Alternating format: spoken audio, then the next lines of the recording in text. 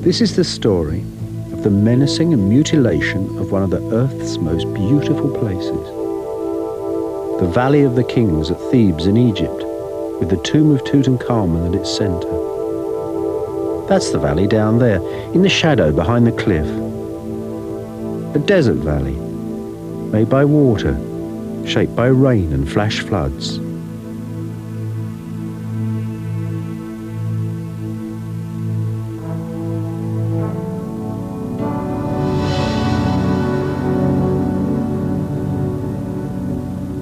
I'm standing just above the great golden coffin of the boy king Tutankhamun. His bones are still inside. Once upon a time, they were encased in two more coffins, the three of them, one inside the other. And outside of this great sarcophagus stood huge golden shrines. And over there were the gods of Egypt, again in gold and lapis lazuli. And over there were the royal chariots, the armour, the chairs, all the paraphernalia of a royal household. It was a treasure which nobody had ever even imagined. When old Egyptologists who studied the profession all their lives first came into this tomb, they left weeping. It was a vision for the world, you might say. Now, you see that? That's a rock crack that runs through the roof of the tomb. And just 2 years ago, water came in here and left 3 inches of rainwater on the floor of the tomb. And that can cause terrible damage in a place like this. Isn't that extraordinary? That's the first time since the boy king was buried here 3,000 years ago or more that such a thing happened. And you know, since then the West has done nothing about it. Now this tomb has generated millions and millions of pounds. The boy king and his golden mask has gone round the world, from Tokyo, all over America, all over Europe, everywhere. The books, the films, everything that's come out of this tomb, a huge tourist industry. Not to say the impetus behind the profession of Egyptology. All this has come from here. And yet nobody in the West seems to care about it.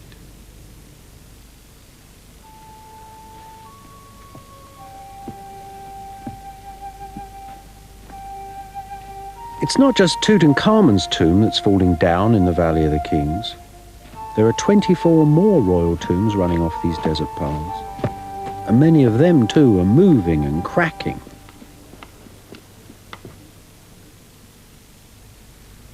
This, for example, is the great tomb of King Seti I.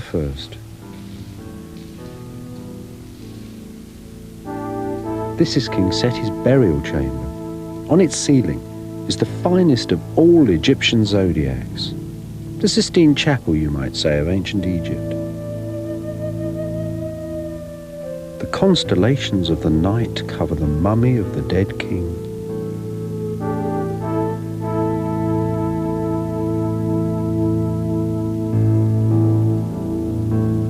"15 years ago, I predicted that a part of this ceiling would fall down.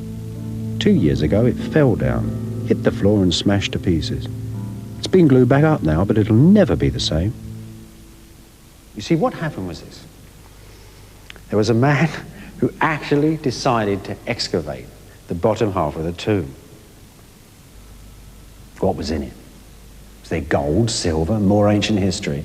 We don't know. He never got to the bottom of the excavation. But for this room, it was a disaster. The true effects of it have to go next door.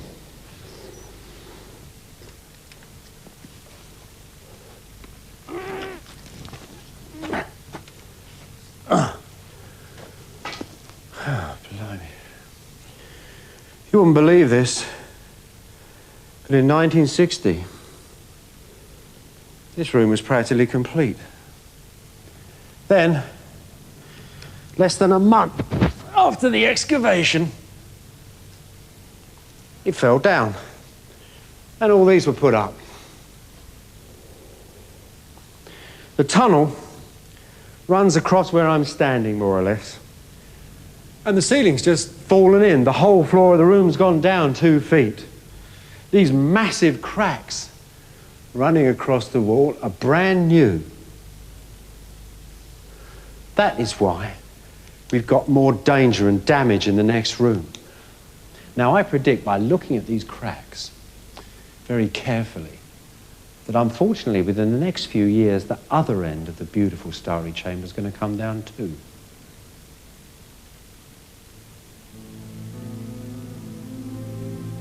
Well, just how much of ancient Egypt is closed for restoration? The struggle to save the Sphinx, of course, has been international news for years. The rest of the problem, though, isn't quite so well known.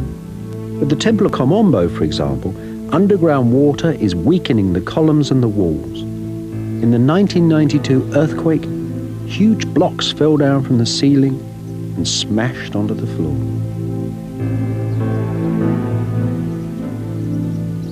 So far, Western Egyptologists who have worked here for so many years have done nothing to help. With thousands upon thousands of monuments to look after, for the most part, the modern Egyptians manage alone. It's an unequal struggle. The world-famous Temple of Luxor, yet another monument that for years has been held inside a massive scaffolding. Western Egyptologists are watching it crumble as they work. Do you think that foreign Egyptologists are doing enough to help the monuments of Egypt? I think foreign Egyptologists have done very little to help us to restore and to maintain the heritage of ancient Egypt. They let for us to bear the burden alone in restoring and maintaining the monuments they excavate themselves. They are satisfied by picking up this and that and by writing books about their work, and they told us that it is not their work to restore the monument.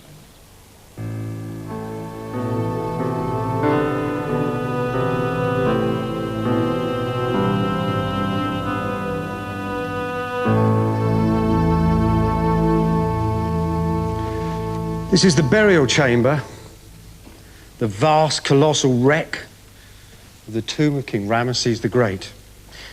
If we're not very careful, most of ancient Egypt's going to look like this in 25 years, dug up and destroyed. And will be known as the people who thought about saving whales and forests and didn't think to save its own past. You know, 2,000 years ago, an Egyptian scribe saw it coming. And he protested.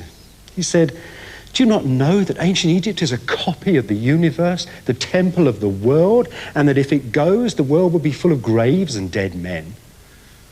I think what the ancient scribe is saying is if we let all this slip through our fingers without caring, a bit of our humanity will die.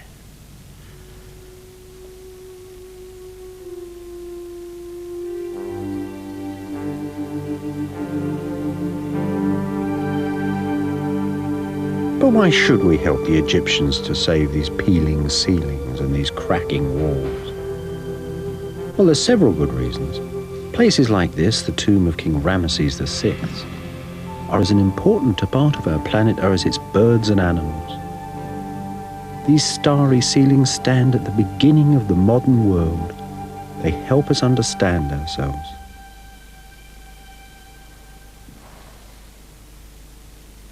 You know, to the ancient Egyptians, these places were key elements of their civilization. See, here they've laid out in great good order the meditations of thousands of years, meditations on life and death, and cosmic order, and most important, the order of their state. And that really is the roots of our notions of modern sacredness too. They've done it so simply. See, the idea of death and resurrection, the eternal process of life and death, is seen as the journey of the sun through the 12 hours of the night.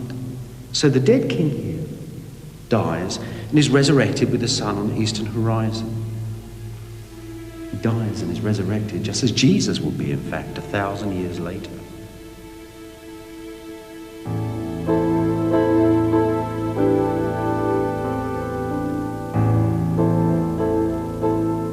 So these paintings, then, really have a lot of the modern world in them. But there's more to them even than that.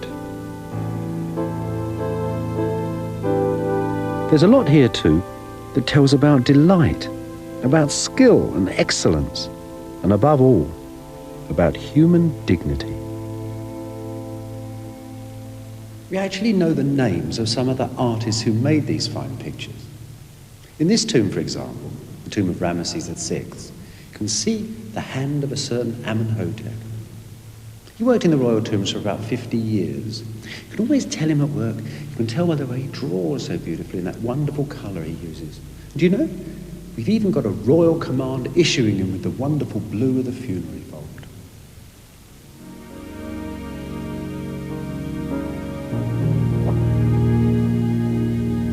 It's not just the insides of these tombs that are so precious. The valley itself has spaces in it as old as human history. Some of the first Christian monks of all lived in this place. And 30,000 years before them, Stone Age people made arrowheads and axes on the self-same hills. These white paths were made by the craftsmen and artists who made the royal tombs, and they were here generations of them, until about 1000 BC. Walk down these pathways then, and you walk with the tomb makers. These are Pharaoh's pathways.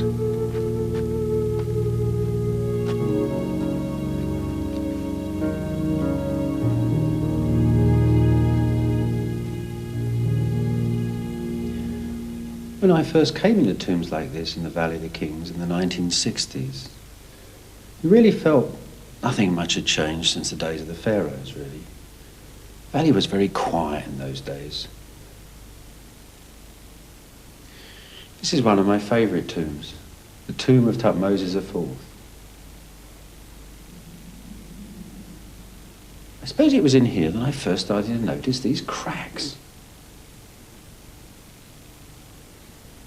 Huge cracks, displacing whole bits of relief, whole bits of painting. You could tell they were new, because the plaster that had been moved was hanging on by its eyebrows. It used to flap in the breeze. Sometimes you could see it fall off. Several of these in the valley, and I suddenly started to think something new is starting to devour these tombs. These cracks, and they're in Seti's tomb and Tutankhamun's as well, show that the very rocks of the valley, the rocks on which the scenes of the tombs are painted, have suddenly started to move. The question is, are these cliffs falling by themselves, or is something pushing them? Now, contrary to popular belief, things don't fall down just because they're old. Something has to push them. Well, there's been no rock blasting here, no wars, no flash floods for a while, and no earthquakes here either. Now, these cliffs were made by floods and rain. After a couple of years of research, it seemed to geologists that water was the only thing powerful enough to split the royal valley and its tombs. These cliffs are made of limestone. And limestone, when water touches it, expands. And that makes it split. Now this stuff underneath, this here is even worse. Right across the valley runs this grey shale. This shale, well, it's like a sponge. It sucks water, and it expands so violently that it actually disintegrates. Imagine what that does for the limestone at the top. All the tombs are standing on this stuff. Water hits them, bingo, they all fall down. Look, I'll give you a graphic demonstration. Here's a lump of shale. Pour some water on it.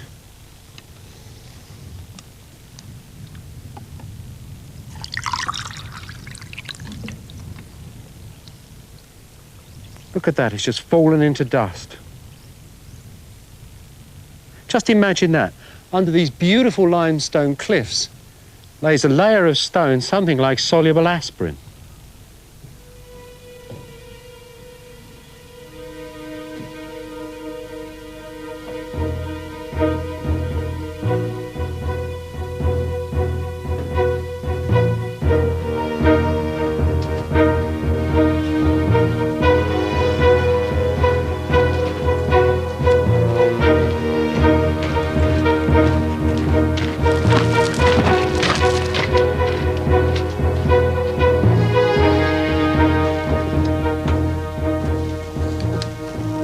This is what happens when water gets into tombs. You see, just under my feet is shale. The walls, the beautiful white walls are limestone. What's happened is that this water has driven in with piles of sand, soaked the shale's gone straight up into the air, jammed this column up into the roof, and it's stayed there perhaps for a century, and then slowly the room has dried out. The mud's dried out. These bits here are bits of the column that have fallen hard on top of the mud.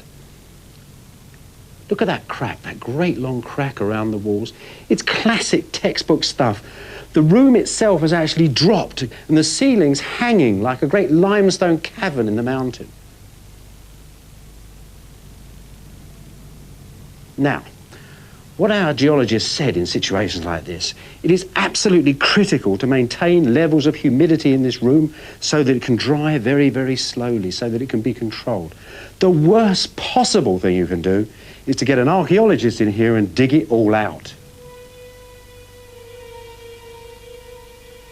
So, okay, after it comes flooding through the door, water can really mess up a royal tomb. But look at this wall again. No water's ever been in here. This wall's dry and clean, and it always has been. So what suddenly split the rock behind it?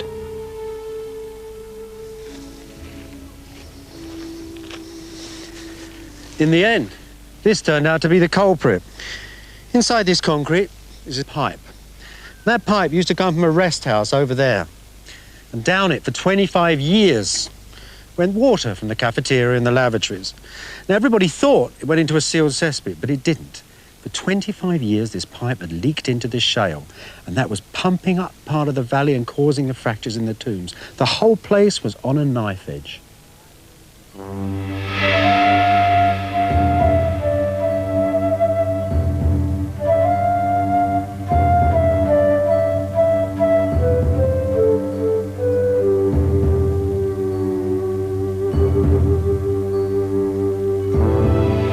All that research was done by an expedition I led in the 1970s. We recommended that the rest house and its septic tank should be closed. If something was not done soon, we said, the monuments of Thebes would be just a memory. The Egyptian government agreed, and the septic tank was demolished. Other work was done too. By the 1980s then, the valley seemed to be safe from immediate damage. Well, not completely safe, of course. There were still hundreds of gallons of water trapped deep in the rock.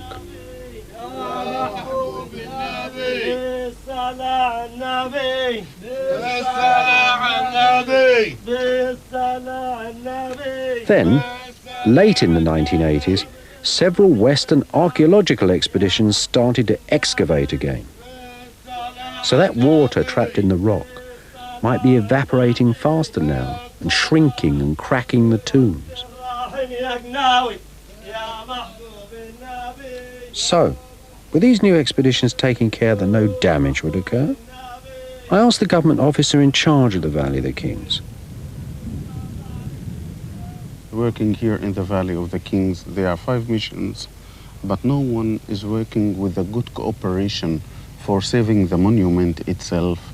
Each one wants to publish only a tomb, but not to make a study about the geology of the tomb, the cracks inside the tomb which he is publishing, doesn't want to make some kind of restoration in the tomb, also doesn't want to pay for the glass to protect the tomb. Up till now, Egyptian Antiquities Organization in Egypt making everything in the Valley of the Kings alone. Nowadays, the first thing you notice are huge new piles of excavation debris. When the flash floods come again, these will trap the flood waters and send them into nearby tombs. The second thing you notice is that there are just more open tombs than there used to be, 20% more in fact.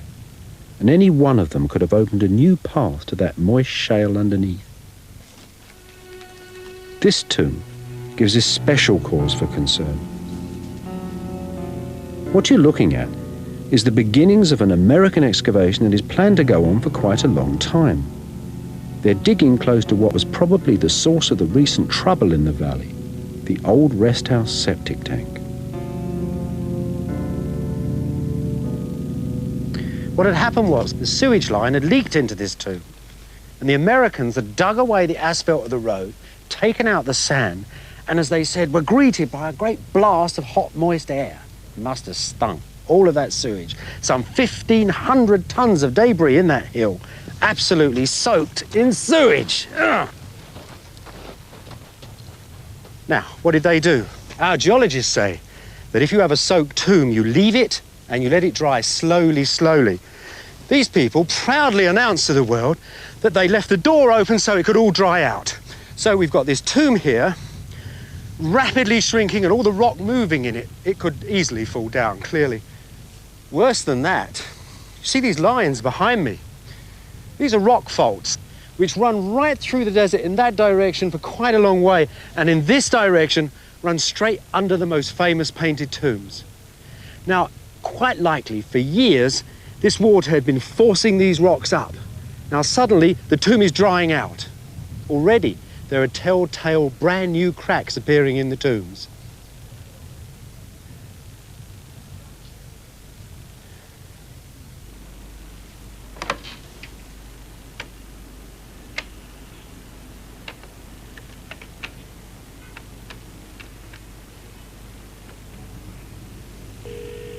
I rang the director of this expedition, Professor Kent Weeks of the American University in Cairo. He refused point blank to be filmed about his work, or even to talk about it on the telephone. I wonder if you're prepared to speak on the record about the tomb you're excavating in the Valley of the Kings.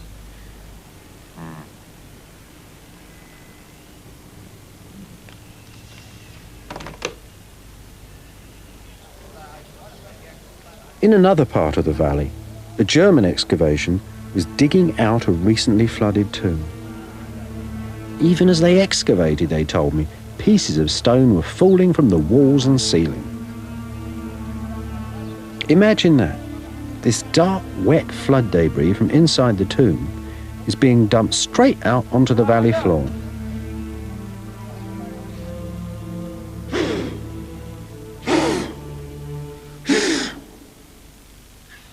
This is a newly opened crack. And it's right next to another excavation.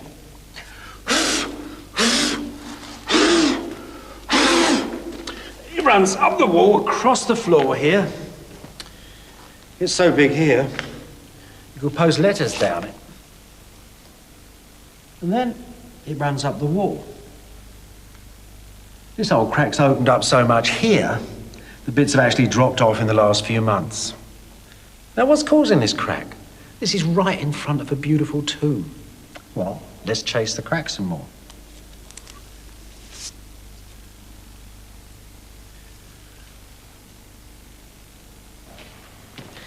At the end of it is a big tomb. One recently dug out by an American expedition. They've taken a lot of sand out of here. And what's happened is they've broken the atmosphere, the ceiling in this tomb, and the lovely hot air from the valley has rolled in and it's starting to suck and dry the rock out. And that, I think, is what's causing the crack to open.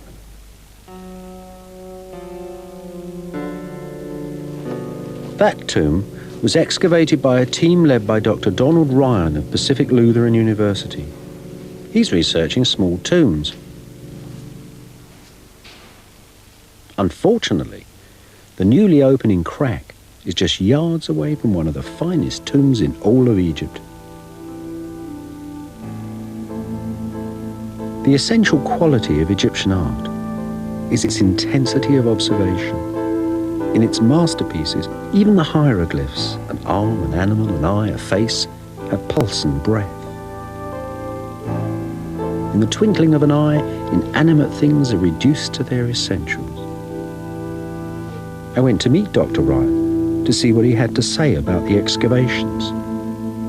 Recently, in the Valley of the Kings, we've seen old cracks in the tombs widening, and we've seen completely new cracks appearing as well. Now, some of this seems to be related to archaeological activity. Now, you've been digging in the Valley of the Kings. How do you feel about that? Well, if that's indeed the case, then I think it's a matter for great concern. As you know, there's a number of different variables that might contribute to damage in the Valley of the Kings. And as you well know, it's very difficult to ascertain exactly which activity, whether it's natural or the result of excavation, that might be responsible for a given crack or widening of cracks in the Valley of the Kings. Nonetheless, if there are cracks that are indeed appearing at a time or in the aftermath of recent excavation, I think it's something that any archaeologist, including myself, working in the Valley of the Kings, should take very seriously and see what we can do if indeed there's a possibility that we are responsible. Look, the valley actually exists absolutely on a knife edge. The difference between the tombs collapsing and standing is a very fragile one. And yet we've got expeditions working there that are absolutely science-driven. Research, it's called. That holy title, like it was a cure for cancer or something. But it isn't. And sometimes it actually seems to be interfering with the very existence of these major monuments. Maybe our needs for archaeological research can be addressed while we are carrying out conservation in the Valley of the Kings, and maybe the new priority indeed should be conservation first.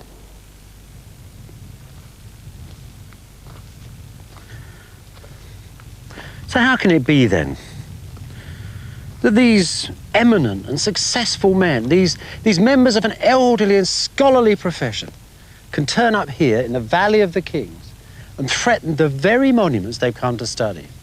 Well, like most things in Egypt, the situation has a very long history. This history is the history of Egyptology itself.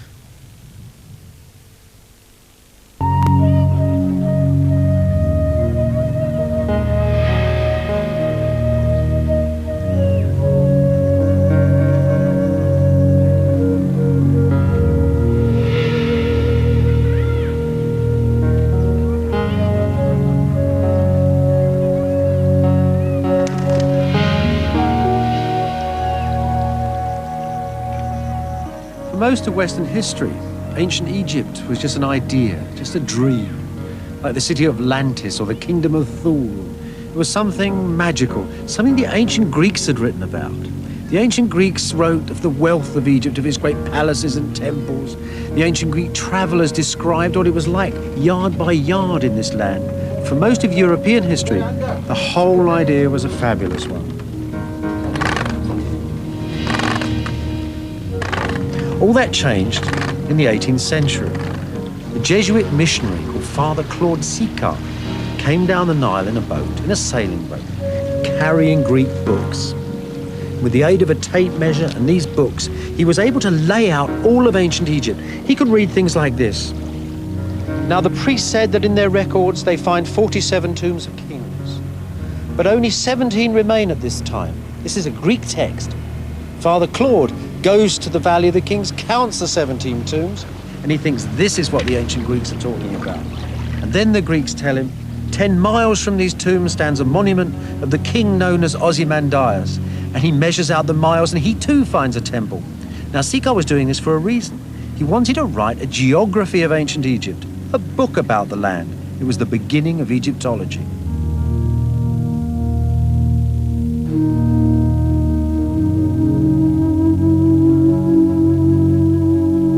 What the Jesuit missionaries had found beside the Nile was that the ancient tombs and temples stood amongst modern towns and villages. This Theban village, for example, was built amidst the tombs of ancient noblemen. When Sicard came here, some of the finest products of the ancient world lay scattered through these hills.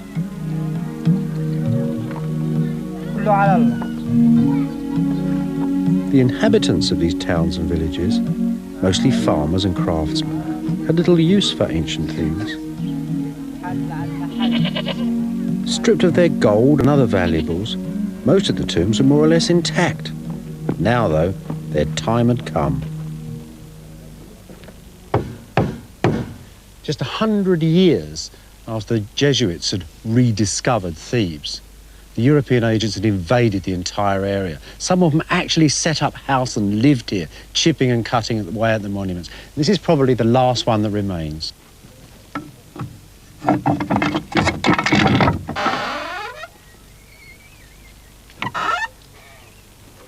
سعيدة سعيدة أهلا وسهلا. سعيدة من فضلك هنا البيت يعني بالضبط؟ بيت يني؟ أيوة. هنا. يا سلام. وأنت تعرف يني؟ طيب. من زمان هو هنا. My friend Hamdi is telling me that this house once belonged to a Greek merchant, a thief, he said, who took many things away from here. Local memories are very long. In the early 19th century, this was the house of Yanni Athanasi, a British consular agent and dealer in antiquities. Some of the greatest treasures of the European museums once stood inside these walls. One of Yanni's favourite hunting grounds was the tomb of Seti I in the Valley of the Kings. It had been rediscovered in 1817 by one of his arch rivals, another British consular agent, the circus strongman and wild and eloquent explorer, Giovanni Battista Belzoni.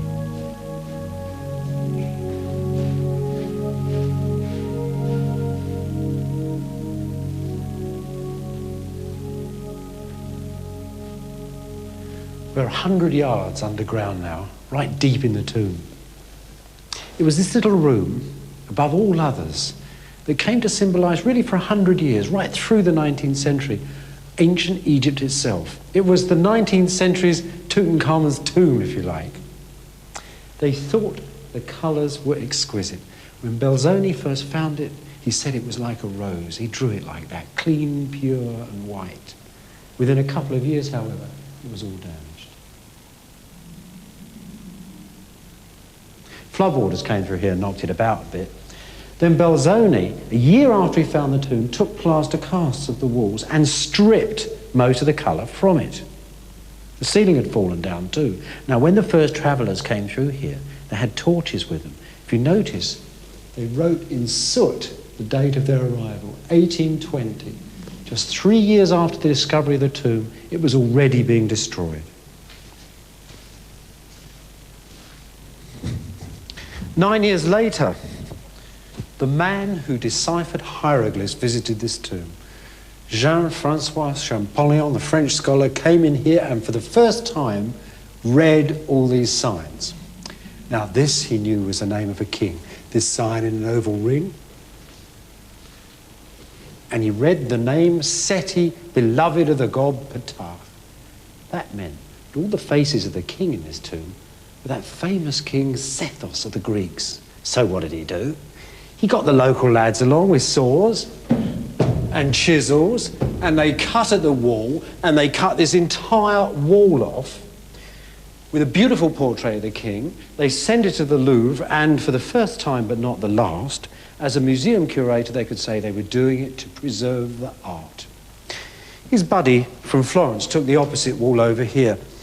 The king's son, which Champollion was also interested in taking, he actually left.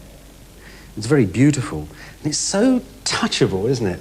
Well, it's been touchable now for 100 years, and that is a huge halo of human Greece. This bit here, the hieroglyph hunters have been at it again. You see, they've been after the king's name, very nice little name. So they chiselled all around the edge and got their saw behind it, and they've snapped it off. So they left that one behind. Somebody up here has been taking casts again, all the paint's washed off. Another cartouche is missing. Another cartouche with the king's name. Another cartouche. Look at this here. This one here, they even left that beautiful face. They're so keen on these hieroglyphs. They tried to get the head here, but it snapped, so they left half of it. Now, these fragments, you can find them in all the museums of the world now. That bit there is in Boston. Those 7 bits from there are in British Museum. These 2 are in Berlin. 7 have been sold as Sotheby's. If Yanni and his friends just damaged royal tombs, they devastated private ones. They dug out their wall paintings, framed them, and sold them like pictures. This cave was once a priest's tomb, painted by Amenhotep himself, the great royal tomb painter. Before Yanni and his friends came here, Amenhotep's paintings had been famous. Now all that's left is this flash of leg in fine white linen. These are the drawings of this place before it got wrecked. There was a party going on down here. And I think the dancing girls went somewhere along here. They were going to a feast.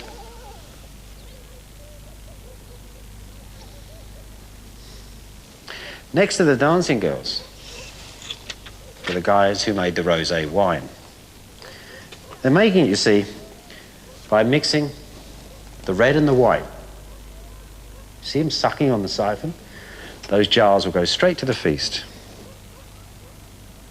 Over there was a beautiful arch. Completely gone now. Must have looked wonderful. Gold and blue like the royal tombs Amenhotep painted. Down here went the funeral.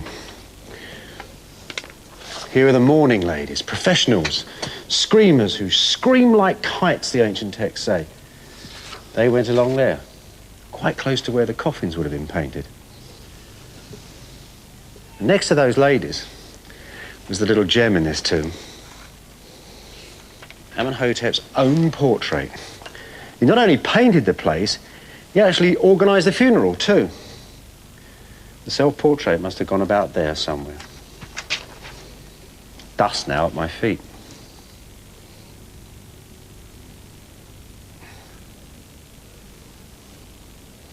Just behind his self-portrait was the masterpiece of the whole thing. It was Amenhotep's patron, King Amenophis I. They shared the same name.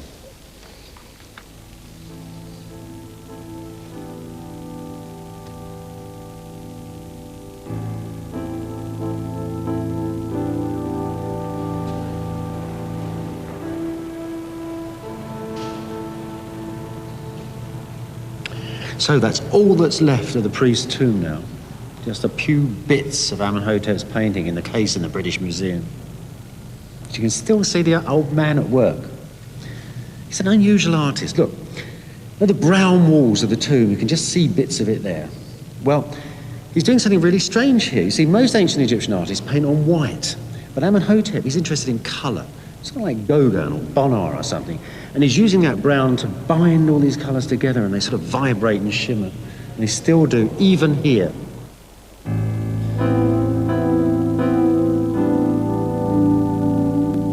All these other fragments too, just filled with ancient life. The herdsman and his cows, the foreman. Little bits of Egypt, trapped in picture frames, jumping like crickets in a cage.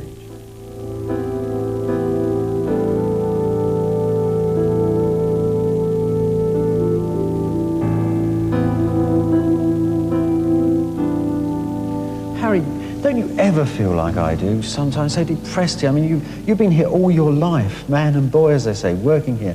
Didn't you ever feel when you came to work in the morning that sometimes it was as if you were going to visit this vast warehouse full of busted bits of ancient Egypt? Certainly not. I personally get much more of that kind of feeling in some of the ancient sites in Egypt itself, where you have the relics, the remains of massive buildings, massive monuments, which are only due to some extent to the depredation, shall we say, of collectors and archaeologists.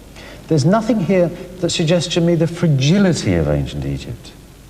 It's a very complicated problem, of course. As far as the museum is concerned, you can say, and I'm not trying to dodge the issue, that it is not the business of the British Museum to do that sort of thing. I think it should be, you see. I think the profession needs to change direction a bit. It's all very well for you to say that it's presiding over its destruction. It's presiding over the destruction of ancient Egypt. Certainly not, because it is not actively engaged in presiding over the destruction. Well, it is actively engaged at present in certain activities which are, in fact, enlarging our knowledge of ancient Egypt through excavation. Now, you may say excavation is a destructive activity. Well, it is, let's face it. Just how destructive you can see all over Egypt.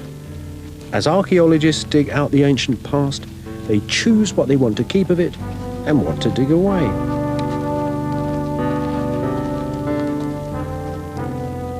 Archaeology digs holes in the past. It is destructive. Perhaps these days it should only be done at sites that are immediately threatened by the modern world. There are enough of those around. But that's just a pipe dream, really. Egyptologists are driven by the demands of their profession, not the needs of ancient monuments. And nowhere can you see this more clearly than here, on the plateau at Saqqara. That building just behind me there, about a mile back in the desert, is the first major stone building man ever made. The Step Pyramid. The father, you might say, of world architecture. Now this miserable sand pile up which I'm clambering is its direct ancestor, the father of pyramids. What the British actually found here, was an extraordinary little building. It was only a couple of meters high, and it had 7 wonderful smooth steps on it, and it had laid under the sand for 5,000 years. So they took the sand away. There was a doorway there, a passage leading down. The king's burial chamber was here. The granaries for the royal spirit were here. They mapped it, they planned it, they photographed it. They wrote several magnificent theses about its place in Egyptian architecture, but they didn't bother to protect it. And it's just slithering, as you can see, straight back into the sand again. Now, they'll tell you that their science is to do with those books and plans and photographs. But look, this isn't an imperative science. It ain't a cure for cancer. It's just what people do this year. In 100 years, all those wonderful records will seem completely out of date, and they'll come back and look for the monument, and it'll be gone.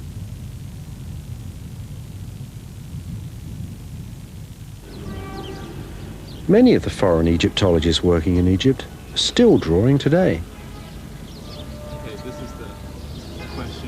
For graduate students, work like this is a step up the academic ladder. Western universities call it field work.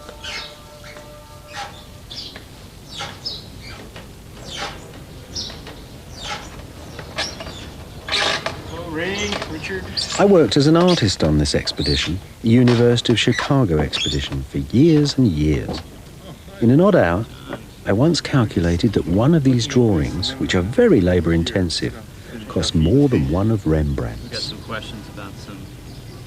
The wall that's being recorded here, with such tremendous care and at such vast expense, this self-same wall is slowly slipping away from us, slowly moving and disintegrating. So I should probably add that. So the right side goes into that pock just to the left of the end of the animal tail, and it's uncarved above. The problem is that in the early 1970s, piped water came to Luxor town in a big way. Unfortunately, drains didn't. Like 100 other Egyptian temples, the ground under the temple of Luxor is permanently wet. Like huge lamp wicks, the ancient stones soak up this groundwater. The University of Chicago has been working here since the 1970s. Dr. Peter Dorman is the expedition director. So what's the condition of the Luxor temple today? Well, today Luxor temple is not in very good condition at all. Especially the portion of the temple we were walking through, the colonnade hall, which was decorated by Tutankhamun, is in very poor condition. So whilst you've been drawing these things, they've actually been crumbling away. Yes, the survey has been working in Luxor Temple for a good many years, and in the time that we have been looking at these reliefs and documenting them in a very careful fashion, we have noticed that certain stone blocks are gradually disintegrating before our eyes. So one day, and perhaps quite soon, there'll just be you and your books and no temple. That's very possible. That's very possible. It's a very insidious, slow process. It's very hard to predict exactly when we will lose the majority of these reliefs. Do you never get frustrated? Don't you ever feel that you want to throw your drawing board away and just going and propping the temple up? Well, right now we're engaged in what we think is a very important process of documentation, and in fact we look upon this as a conservation measure. So you'll actually end up with a set of volumes which will actually serve the international community of Egyptologists. That's right. Highly respected they are too, aren't they? Well, we hope so. Our volumes include careful translation and commentary on the texts, but the chief glory are the large fold-out plates, which show in as much detail as possible the reliefs on these temple walls.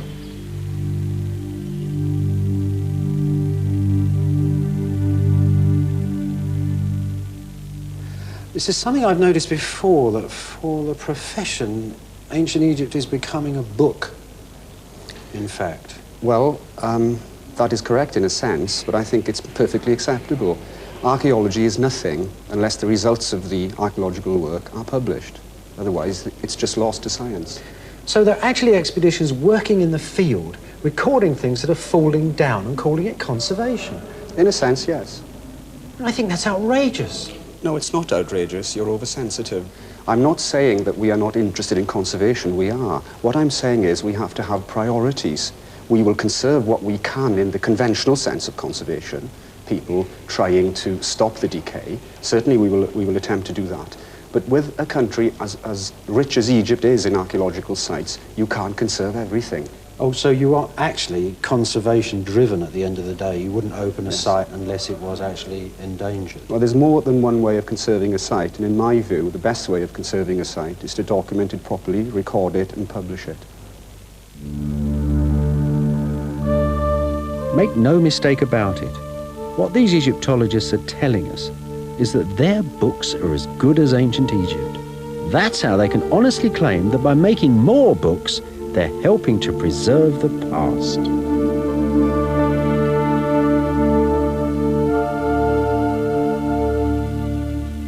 What they're creating, of course, is a very particular vision of ancient Egypt. At the end of the day, it's the one you're used to seeing on TV or reading about in books. It's a sort of modern ancient colony written up by Graham Greene.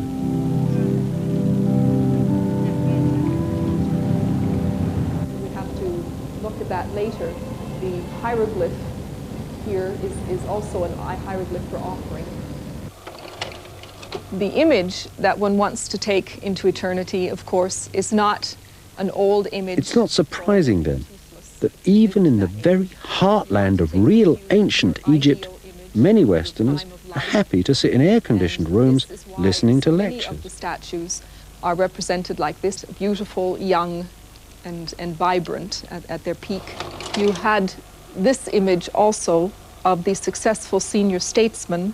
These are people in their middle age. In this strange academic version of ancient Egypt, real tombs and temples stand as footnotes. So what you've got here in Egyptology is a charming academic profession that actually doesn't give a damn about conservation. Take their last International Congress, for example. Out of 340 papers, just 3 of them were on site conservation. Now, this has a devastating effect on the monuments. These millions of people all around the world that care about ancient Egypt, that visit the country and love the place dearly, are not getting the basic information they require on the state of the monuments because the profession isn't concerned. If you want to make a movie about ancient Egypt, for example, who do you ring up? You ring up an Egyptologist. And he isn't going to tell you much about conservation. It's a vicious circle, and it's got to be broken if the monuments are to be saved.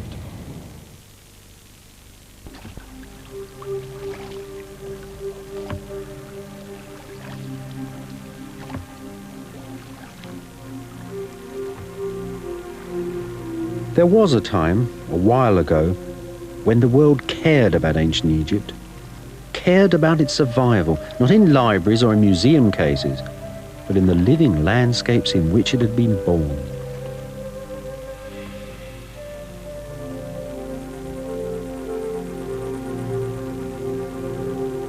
The threat of a major disaster brought on this new awareness. A disaster of which this exquisite temple, the Temple of Philae, became a symbol. In the 1960s, an enormous lake building up behind the new-built Aswan Dam was drowning the province of Nubia and all its ancient tombs and temples. For the first time, UNESCO took up cultural conservation.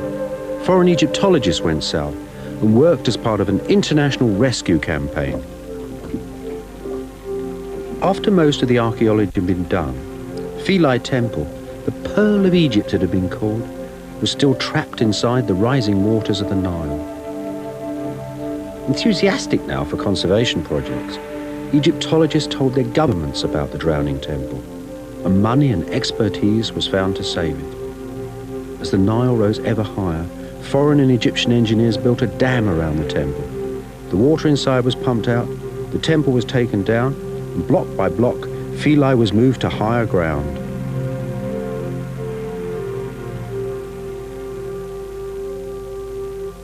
It's amazing to think that not too long ago, you had to come through here in a boat. And when you went under that lintel, you had to duck. But now, thank God, the temple's been conserved. It's straight, it's on good foundations.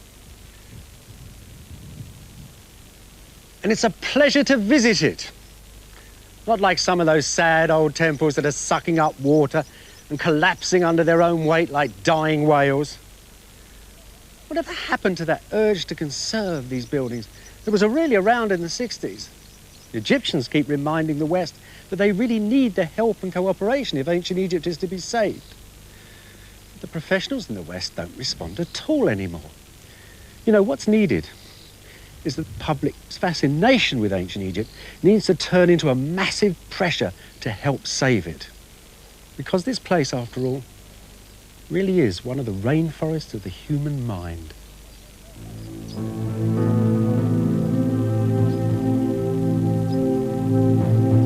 Every temple in Egypt could be preserved as well as Philae.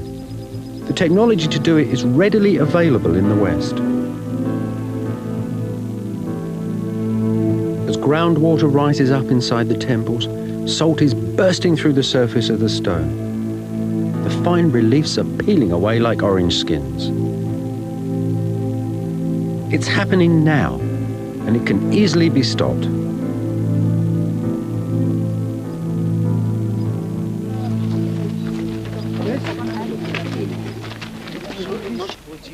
Meanwhile, millions of interested foreigners come to admire ancient Egypt.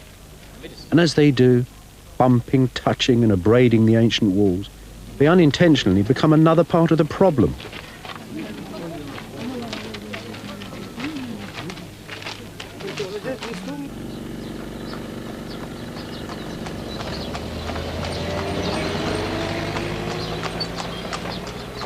The truth about tourism is that it actually has a potential for good and bad.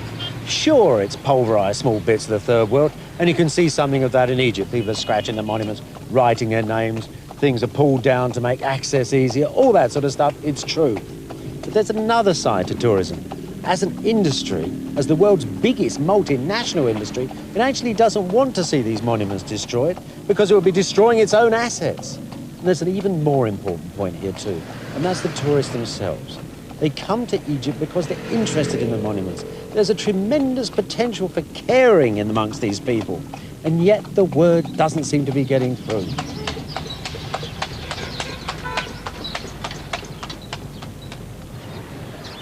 Now I think it's very nice to give you an idea about the temple in its origin. Cast 15 of the family. And as you see, they are approaching the temple. I bet most of these people think that these ancient places are continually monitored by experts, and that if they were in any sort of danger, Egyptologists would raise the alarm and they would be saved, just like Philae was back in the 70s.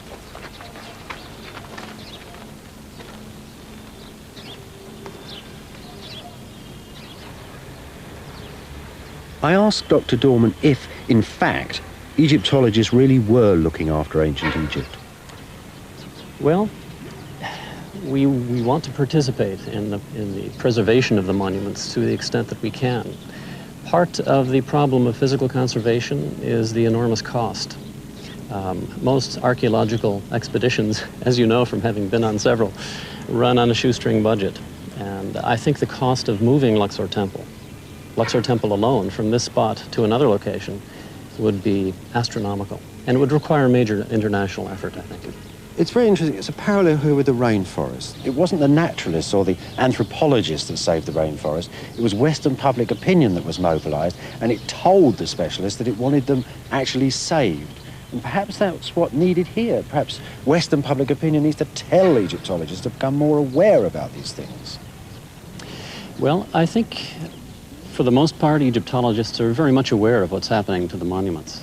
And at the same time, I think it's unfair to place the burden for preserving those monuments on the shoulders of a fairly small group of people who lack the expertise, the technical expertise, and the financial resources to conserve them in a permanent manner.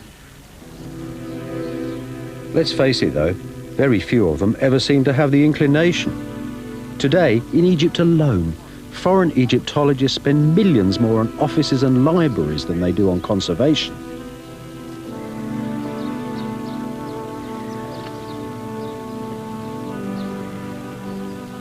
Not far from the crumbling Luxor temple, though, across the River Nile in another temple called the Ramesseum, a new type of expedition has started work.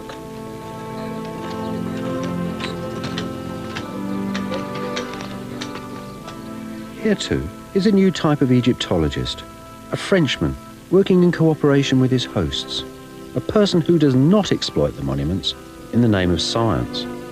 Let's hope it's a sign of the future.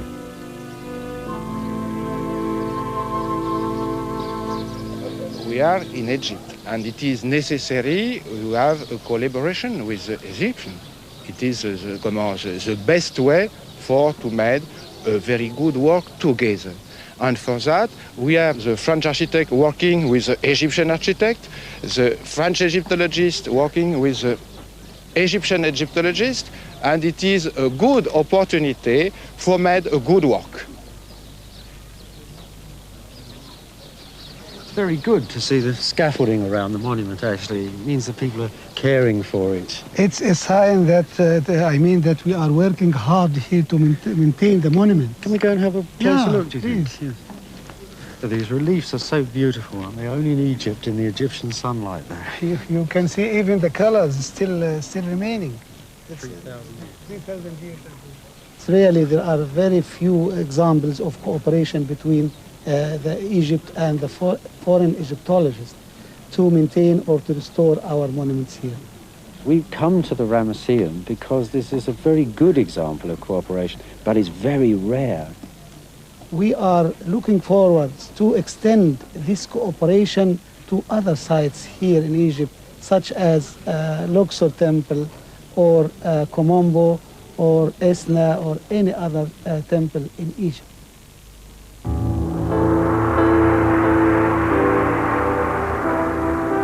Now, don't ever think that conservation work isn't just as sexy as Indiana Jones.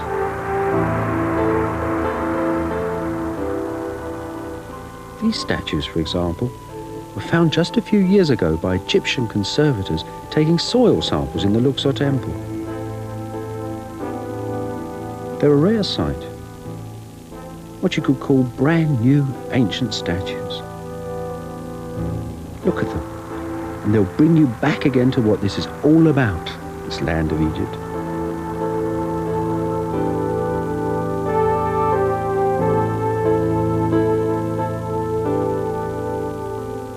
These sculptures are definitions of dignity and human warmth, and the beginnings of civilization.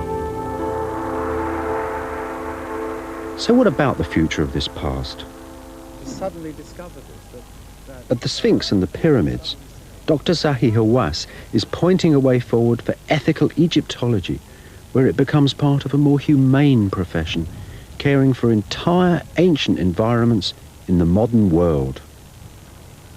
If you go and visit Disneyland, you park your car 5 miles away from Disneyland, but you come by to the Giza Plateau, which you have one of the 7 wonders of the world that still exists until now, and you park your car in front of the pyramid.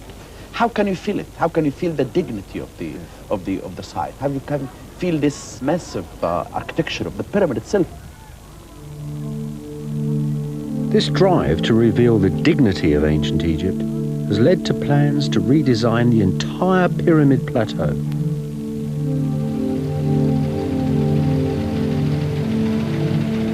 You will leave your car in a parking lot down the plateau and walk up to the Great Pyramid. And this is how you feel it, and how you will walk until you will see yourself and feel the pyramid. And after that, you visit the Great Pyramid and the second pyramid and the boat, and you will come back walking to your car down. You will have a desert center in this area. It will be under the ground. In this center, you'll know the story of the site itself. You'll know the story of the excavations, the discoveries, the 3 pyramids at Giza. And after that, they will drive on the ring road to the Sphinx, a cultural center, give a history of the Sphinx. They will leave. That's really mainly the idea of how can you preserve completely the whole site through this final site management that we are going to do.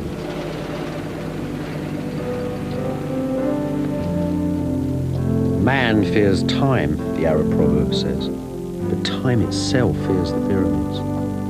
Today, though, these self-same pyramids, and all of ancient Egypt indeed, needs the succor and support of many modern sciences. Every site in Egypt is unique, and each one has its own special problems. I know about the Valley of the Kings. Let me tell you something of what that needs for its survival. First of all, some of the royal tombs demand emergency attention.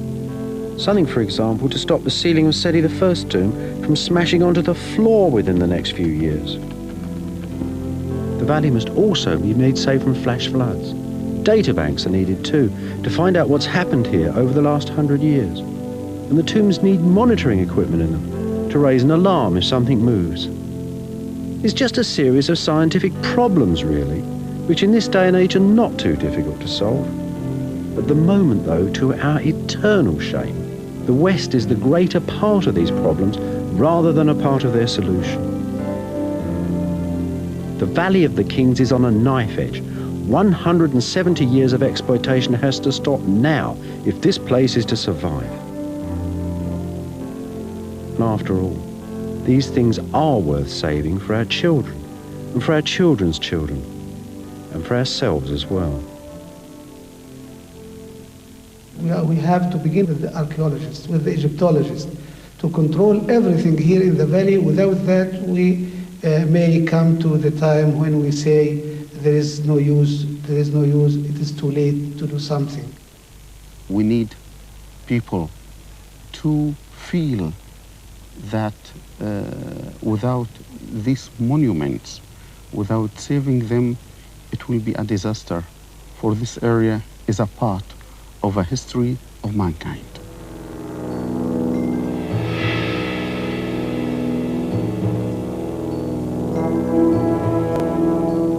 As this film was being finished, I helped to organize an international committee under the auspices of the Egyptian government to conserve the Valley of the Kings. A little later on, Dr. Donald Ryan informed us that his expedition too conducted an independent conservation survey in the Royal Valley.